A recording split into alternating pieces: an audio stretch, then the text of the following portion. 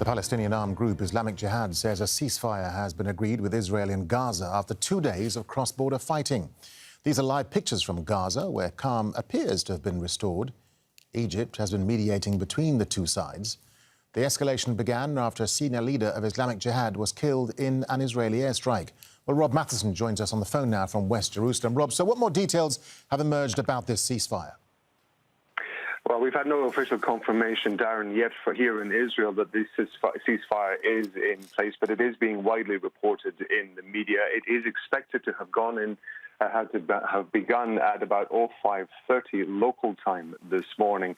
We have teams both in Gaza and on the Israeli border with Gaza. The team in Gaza has been telling us that since that time, they have heard rockets and explosions inside Gaza. The team on the Israeli border with Gaza has been saying that sirens have been sounding in areas which are close to that border. Now, we should stress that whenever there has been a ceasefire in the past, this is the pattern that does occur, that it takes time for the details and the notifications of the ceasefire to be put into place, to percolate out, and therefore, if there is a lessening in attacks, it usually takes a little bit of time for that to take place. As far as the details of the actual ceasefire itself are concerned, we're hearing that Islamic Jihad has agreed to stop firing rockets into Israel, and it's also going to make sure that protests along the Gaza border are peaceful. For its part,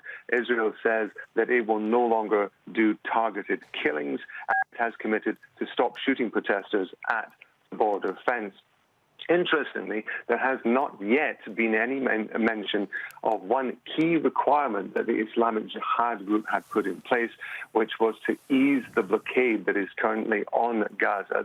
Israel has put very strict controls over who and what can be moved across the border back and forth between Gaza and Israel. They say that these restrictions are necessary for security reasons to stop the possibility of technology and weapons and individuals being able to get into Gaza to be able to build armaments for the armed groups that are inside the Gaza Strip. But at the moment, the death toll in Gaza standing at about 32. There were airstrikes prior to the ceasefire being put in place, and rockets were being fired out of Gaza, particularly around midnight. We heard that there was a very significantly large barrage of rockets that were aimed into Israel, predominantly towards Tel Aviv. But at the moment, we're just waiting to see when this ceasefire is officially acknowledged and if it will actually take time to die down.